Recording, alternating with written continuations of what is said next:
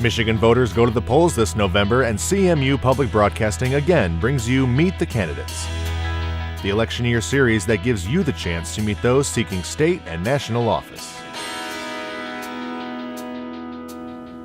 Hello and welcome again to this edition of Meet the Candidates. I'm David Nicholas, pleased to welcome this time Phil Bellfy. He is the Democratic candidate for the 37th district seat in the Michigan Senate. This is an open seat due to the incumbent's decision not to run for a second term. And we welcome you, sir. Thanks very much for coming.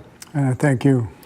We take our first few moments to do as our title says, get a chance to meet our candidates, a chance for you to give some personal information, background, experience that you bring to the campaign. Well, I'm Professor Emeritus of American Indian Studies from Michigan State University. I retired about 2 years ago. And I've been a resident of Sault Ste. Marie since 1970 when I moved up there, took my GI Bill and went to school at Lake State. And I got involved in a lot of environmental issues at that point. So I've been involved in environmental issues and peace and justice and equality issues for over 40 years. And that's the experience that I bring to the Senate race. The Senate district covers a lot of ground up there, District 37. Give folks a chance who maybe don't know the exact outlines, what counties and townships are all included in that district. Okay, well, in my particular district, there's full counties, and there's 8 of them. There's Chippewa, Mackinac, Luce in the Upper Peninsula, and then Charlevoix, Emmett, Sheboygan, Antrim, and Grand Traverse counties in the Lower Peninsula. A lot of ground, obviously, to talk to, a lot of potential voters in the race. As you approach this as a candidate and the folks that you've had a chance to talk to, the prospective voters in this race, what is your assessment and what are they telling you are the major issues and concerns of the campaign? Well, I'm sure it's the same for many, many people running for public office these days, but in our district especially, the environment is a very serious issue.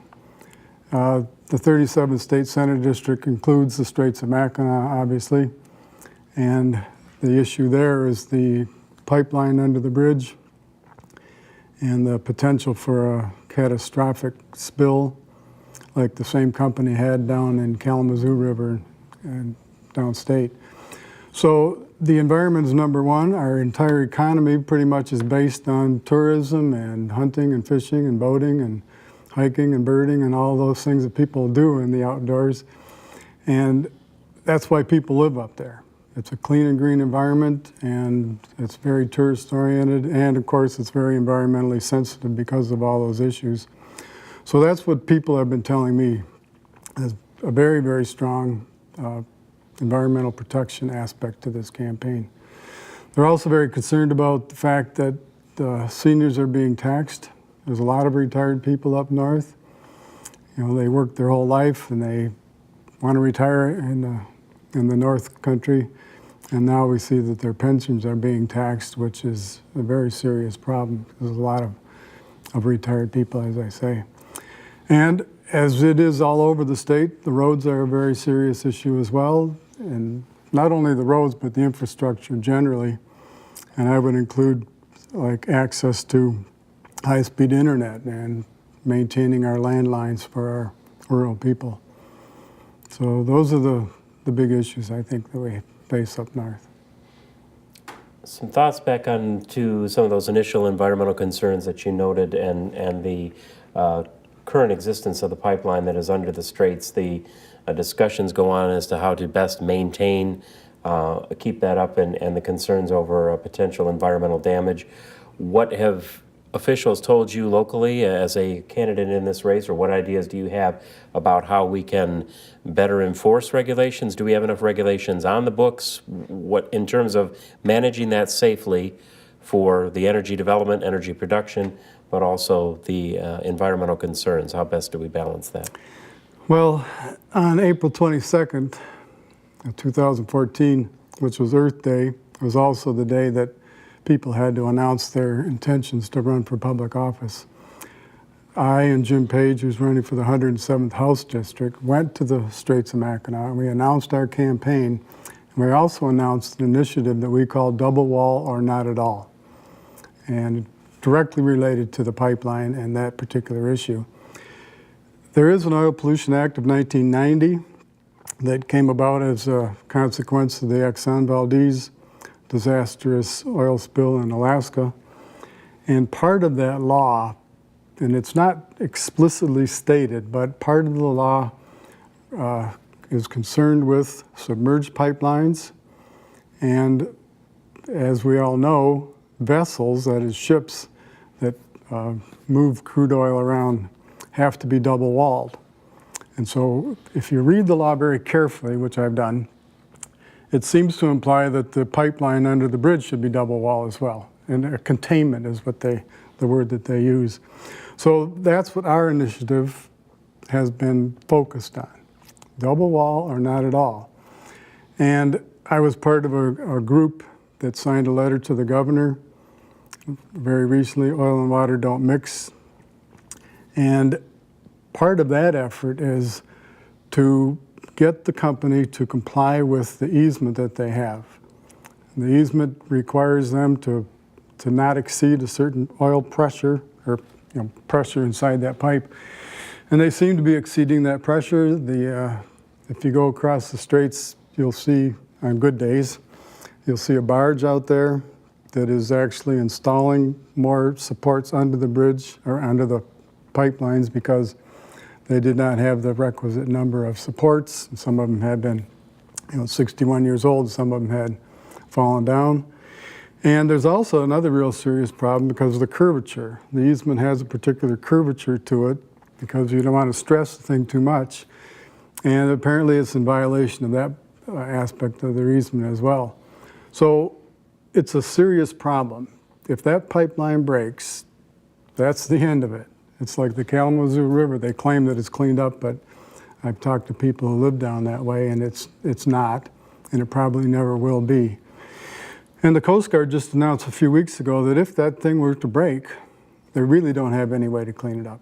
It's just a disaster waiting to happen. So part of what you mentioned as far as the economics of it, people don't realize it, but that oil is pumped from Duluth through that pipeline, through all the sensitive areas, the straits and other sensitive areas, and it goes to Sarnia, Ontario, to a refinery in Canada. So it really doesn't benefit us, that is the residents of the state of Michigan, or even the United States for that matter. So what we would like to see done, and Dan Wyant just mentioned it a couple days ago, that they're actually looking at the possibility of removing that pipeline, which I think would be a great idea. Outside of the potential risk and that particular issue, so much of the economy, and you mentioned this as well, is tied to the overall health of the environment, the vast outdoor space, just to sum it all up, that makes up northern Michigan. What other concerns, initiatives would you want to see happen to make sure that, again, we're able to protect the environment and yet allow that tourism economy to continue to thrive for all? Well, fracking is another big issue that I've been involved with for a number of years. And it's probably been about maybe a week or so ago, I filed a suit along with Tim LaCroix, who's a Little Traverse Bay Band's member. We filed a suit in Little Traverse Bay Band's court seeking an injunction against the use of fresh water for fracking, because the fracking process actually contaminates the water, and therefore it cannot be safely returned to the basin, which is what the law requires them to do. So then they divert it. And diversion is against the law. It's against state law, it's against tribal law, it's against federal law, and Canadian law as well. You can't divert the water, period. So the state has not responded. They have 28 days from that point to respond. And the first day of fall is when we submitted that lawsuit. If we look at the issue of the roads and the infrastructure, so much of that economy obviously is going to rely on people being able to get to and from. And once again, we look at economic development, land development versus environmental preservation in this way. And also the question of the long-term funding mechanism for the roads. That debate has been going on for well over a year. How best that we are able to come up with the funds to do that. What is your proposal on how we would pay for the roads? Well, I've been saying all through my campaign that the state of Michigan does not face a revenue problem. We face a priority problem. And just one example, we obviously need to fix our roads, and we obviously need to find a way to pay for it. But Proposal 1 on the primary day in August gave a tax break of $560 million to businesses. And I was arguing during the entire pre-primary campaign that if the state can find $560 million to, and the word they use is reallocate, to a tax break for business, why can't they find $560 million to put into our roads? And it doesn't make much sense to me to be giving tax breaks to businesses that don't really need them and then crying we don't have any money because we need to fix our roads. So it's not a question of we don't have the revenue to do these things. It's just that our current legislature and administration have decided to shift the priorities back onto the people and away from the wealthy business patrons. Given then the number of concerns that you've identified that the voters have told you, if you had the opportunity to take a voter, he or she getting ready to cast that ballot on November 4th, and wanted to leave one final message with them, what would that message be as to why you would ask for their vote this fall? Well, my opponent has voted for all of the problems that we just talked about. Passed the law to increase pension tax, cut school funding, gave huge tax breaks to businesses, voted to weaken environmental protection laws. All of those things are the things that are of concern to people. And if I get down in Lansing, I will represent the 99% of the people and not the corporate interests. So that's my major focus. Well, for all these concerns then, and those still to come certainly to light as you talk to voters in the district, we appreciate your time and attention to address those with us today. Good luck with the rest of the campaign. Thank you, David. And thank you for your time and attention as well. Here on Meet the Candidates, we have been talking with Phil Bellfy, the Democratic candidate for the 37th District seat in the Michigan Senate. As we said, this an open seat for this election, the incumbent deciding not to run for a second term. We encourage all of you to get out and exercise your right to vote on Tuesday, November 4th. Thank you for joining us for Meet the Candidates. CMU Public Broadcasting invited both major party candidates for this office to participate in this series. Remember to go to the polls on Election Day. Welcome again to this edition of Meet the Candidates. I'm David Nicholas, and we are joined by Robert Kennedy. He is the Democratic candidate for the 106th seat in the Michigan House. Good to see you, and welcome to our program. Well, thank you very much, David. It's good to be here, good to be back on CMU's campus.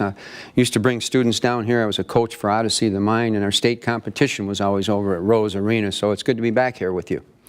Good to see you, and we always give our first few moments in these sit-downs to our guests to share any personal information you would like to pass along and some of the background and experience you bring to this campaign. Certainly. I am a lifelong resident of the 106th District. I grew up in Iosco County. Was lucky enough to come back there when I got my teaching degree and teach elementary school in the Iosco area schools for 38 years. Just recently retired. And my wife and I moved up one county to the north. We moved up to Alcona County, where we live today. Well, that's mentioning Iosco and a portion of the district. The whole map, though, for those that don't know, all the counties and or townships that are included in this District 106 we're talking about. Yes, it's a long district from north to south. It goes from south of Tawas, that's Iosco County, through all of Iosco, all of Alcona, all of Alpena, Presque Isle, and about half of Sheboygan, a little more than half of Sheboygan County. So north to south, it is a long district. As you've approached this campaign as a candidate and obviously then talked with a lot of voters to where we sit down today, what are the issues you have identified? What are the voters telling you that they see as the primary concerns and issues for this campaign? Sure. The primary issue I hear as I go to meetings and knock on doors, and it's partly due to the demographics of our district. We have a very large retiree population in our district, and so the biggest issue I'm hearing from those folks is the senior retiree tax, what's called, some people call the pension tax. They're very disillusioned that with a district this size and this many retired folks in that district, it's such such a tax actually 3 years ago did make it through the legislature and was signed by the governor. And actually that whole tax package that went into effect 3 years ago, the elimination of the homestead property tax credit is a huge concern of the constituents. Those working for a living wage, they've lost the earned income tax credit, or it's been dramatically reduced. So that's been something that I hear a lot about also. So that's probably the major issue that comes up, although there are certainly others. It might seem the obvious question to say that a candidate would want to then, if given that concern, go and reverse those policies. How would you specifically go about doing that, given the nature of where the budget is now compared to prior passage of these measures? What would be your plan then to reverse that trend that you've seen? Well, let me just back up a little bit and kind of give the history of how I think those came about, the senior pension tax and the other loss of those credits. Is when they did the big tax shift 3 years ago, they moved away from the single business tax here in Michigan to the corporate income tax. It was a dramatic reduction in taxes for businesses, especially big corporations that were doing extremely well anyway. They got a humongous tax break. And for the middle class and for the retirees, it was a substantial tax increase. So I would look at, I don't want to affect the small businesses, because I understand that the small businesses are they're the nucleus of our economy. But the larger businesses that were doing well anyway, I think we could, instead of getting an 80% tax break, if some of those businesses got half of that, we could recoup some money there and then neutralize the senior pension tax and some of those, restore some of those tax credits that I mentioned that were cut. In mentioning the small businesses, then, are they overall in a good place, given the economic downturn that we saw really from late 90s into the better part of all the years we've seen so far in these past 2 decades? Anything that they address as concerns with tax structure, tax rate, regulation, what are they saying specifically to you?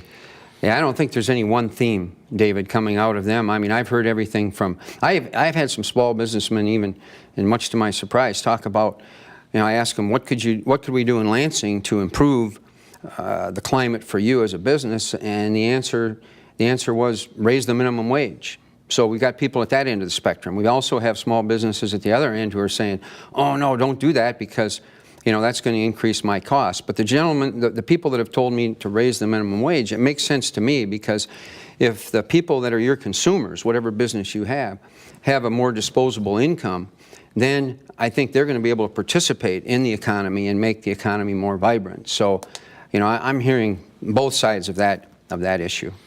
You brought up the point that there is a large amount of a retiree population. Overall, we've seen an overall decrease, and then when we look at a specific demographic like that, what is the climate in terms of overall economic development and viability? Having come through these various cycles, what do the voters say they would like to see, and or again, the businesses in terms of being able to continue now moving forward towards some kind of economic recovery? Yes, very good question. Ultimately, what they're saying is that we need a well-educated, well-trained workforce in our area. There are a lot of small businesses in Iosco County, Alcona County, Alpena County, Presque, right up the line, including Sheboygan County, that could attract students right out of high school if those students were better trained, and especially into the voc-tech areas, the vocational and the technical areas. If there was a better connect between what the businesses locally are looking for and what we are able to offer in our schools. And so I think that's the number one thing that comes out, is that these businesses would love to hire locally. A lot of them have to go out of the district to get their employees, but they'd love to hire locally. But those students coming out of high school, especially high school, need a more specific training for the jobs that are available in the area. And that's one of the biggest things that I'm hearing. There have been moves to move back towards more of an emphasis on the vocational education. Are there still areas, though, that they are pointing to where specific skills, specific areas where it is lacking, where they are, what would you give as an example of where they still, the business employers are still seeing a need for more training in some specific areas? Well, specifically, I'll look at one school in the southern part of my district. There's an aircraft repair center that's located there, and they're looking for students that just have a general background, a general technical background. They would give them the specific training they need. But those schools, because of not being properly funded, those schools have had to cut a lot of the vocational and technical programs that they had in their high school. This particular school I'm thinking of has no wood shop program. That's been cut. They have no metal shop program. Their shop programs have basically been cut, and the students, in order to get that, they have to be transported some 25, 30 miles away to a technical center. And I think we need to restore these programs as much as possible back in our local high schools. And so I view that as something that we can really work towards here in the 106th. Overall, then, when it comes to education funding, your district, along with many of the guests that we've had, come from areas where the students are at the bottom end of that per pupil funding equation when we look statewide. What do teachers, educators, school district folks, what do they say in terms of better stabilizing long-term funding and also looking at continuing to narrow that gap between the highest funded schools and the lower funded schools across the state? Yeah, that brings up a lot of that's really a several part question, but basically the foundation grant that we have up there, it's around $7,100. The problem we have is that a big part of our cost is involved in transportation. Just because of the geographics. The districts are large. Several of our districts take up whole counties. So what school districts are really looking for, and what I'm going to advocate for in Lansing, is over and above the foundation grant, we need some compensation for the amount of busing that we need to do up there. That would put more money in the classroom, because right now we have to use foundation grant money for that busing, which districts, you mentioned districts in other parts of the state where their population is more condensed, they don't have to do that amount. They don't have that many busing miles.